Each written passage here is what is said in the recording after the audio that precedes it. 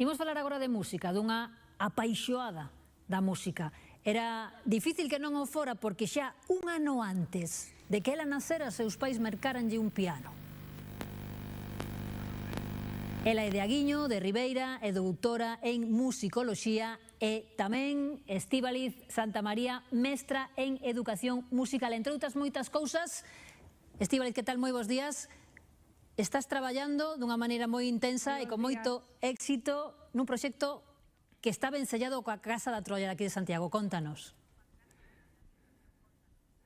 Moi bons días, pois sí, estamos traballando dende hai xa un par de anos no centenario da primeira versión cinematográfica de La Casa de la Troya. La Casa de la Troya está en Santiago, efectivamente, foi unha pensión de estudantes alá polo século XIX, a finais do século XIX, e pasaron tantas cousas que un día tiveron que ser de alguna forma contadas a través dunha novela. O autor foi Alejandro Pérez Lujín, que en 1915 publica esa novela ambientada na súa época de mozo, cando pois compartía universidade cos que foron en ese momento os que habitaban a Casa da Troya, e a partir de aí esa novela fíxose moi popular non só en Galicia, en España, sino tamén en América, alá onde chegou a emigración. E foi tal o éxito que se fixo 4 anos despois unha versión teatral estrenada en Madrid e en Habana ao mesmo tempo, e posteriormente, con esa gran chegada do cine do século XX, pois o mesmo Alejandro Pérez Lujín, ese escritor de La Casa de la Troya, estivo detrás da dirección da primeira película que se fixo da mesma obra. Estíbaliz, non é, non sei, unha obsesión a túa pola obra de Lujín da Casa da Troia, pero case, non? Porque estás levando este proxecto a nivel internacional dunha maneira moi potente. Sí, a verdade é que cada proxecto que fago non é cousa así de pouco tempo, sino que encántame investigar. Entón, cada dato teño que comprobalo, e descubrín, a través dunha canción de Unha noite na eira do trigo, esa canción trouxome a novela, porque aparece esta novela, unha novela moi musical.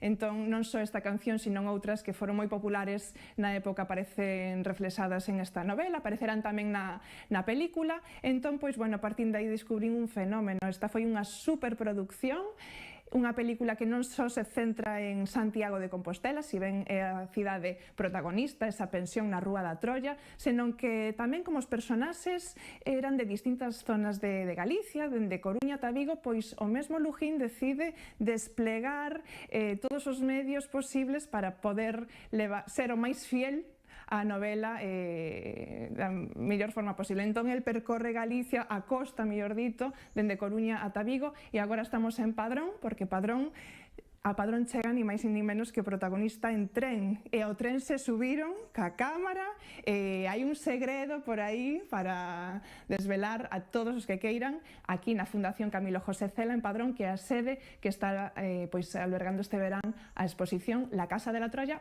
unha noite revelada. Porque hai peli, pero hai tamén unha exposición de fotografías.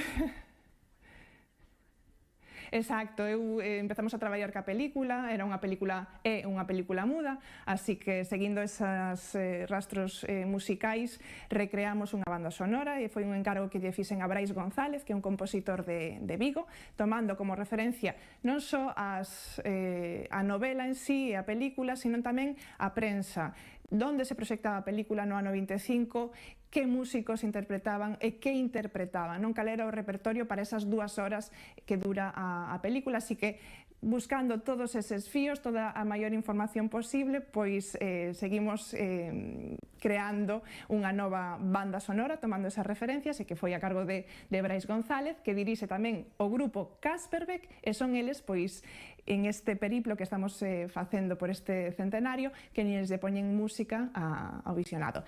E tamén, cando eu estou na búsqueda desa versión xa restaurada pola Filmoteca Española, atópome, pois para a miña gran sorpresa, unha colección de 91 fotografías orixinais da rodaxe. Entón, cando Pérez Lujín e compañía estaban filmando esa película por Galicia, non era só un cámara, sino que eran 4 os que estaban detrás desta produción, pois eles tamén foron registrando e inmortalizando escenas en fotos que hoxe se conservan na Filmoteca Española e que puiden acceder a elas e pois facer esta exposición. Está circulando por Galicia e agora está en Padrón. Estíbaliz, sabíase que esta produción de Pérez Dujín fora unha grande produción, o primeiro largometraxe rodado en Galicia, pero polo que nos contas parece que foi abrir unha caixa de Pandora que foron aparecendo informacións e novidades que foron enriquecendo aínda máis se cabe este produto, non, este proxecto.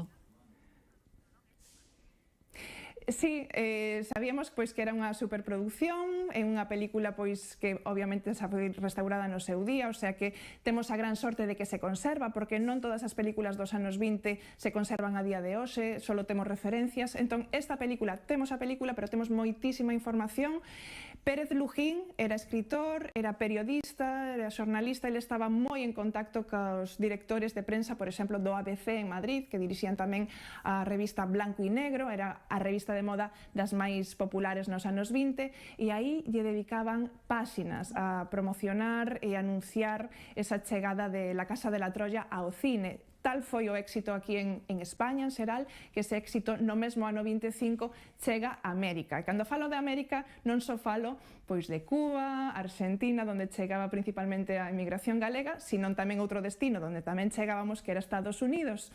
E para a miña sorpresa, que eu traballo na universidade en Miami, descubro que en Nova York, no Carnegie Hall, que todo o mundo coñece, no mesmo 1925 proxectouse La Casa de la Troya ca orquestra do Carnegie Hall, musicalizando esa película en directo, e foi un éxito que a prensa nos pode dicir que se esgotaron as entradas e que a xente quedou ás portas do teatro intentando escoitar as reaccións do público. Eso está moi detallado en prensa e a min fascíname porque eso é parte da historia e da dimensión que acadou esta obra. Falamos da novela, falamos da película. O éxito da película vai a reforzar novamente o éxito da novela, vanse a editar novelas en España, en América, e de feito trouxen hoxe unha moi especial que foi xa previa película en 1922, onde só tiñamos a novela e a versión teatral. Unha estadounidense de Boston traduciu ao inglés La Casa de la Troya,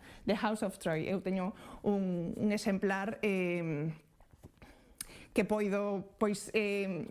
podemos todos ver ese prólogo que a autora fai cando traduce. Non se limita solo a traducir a obra, sino que ela dedicalle unhas páxinas ao principio para dicir por que traduce esta novela, cal é a importancia, sobre todo porque estamos usando outra España, non estamos usando Galicia. Galicia está de cheo explicada aquí en esta novela, e ela pois quere chegar ao público pois anglosaxón esta obra. O sea que xa no ano 22, 3 anos antes da película, no Carnegie Hall xa estaba circulando entre os estadounidenses La Casa de la Troya en inglés.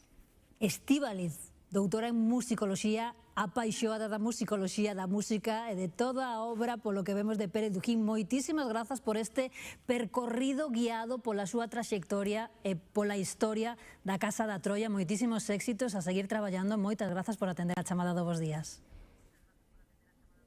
Gracias a vos, moitas grazas.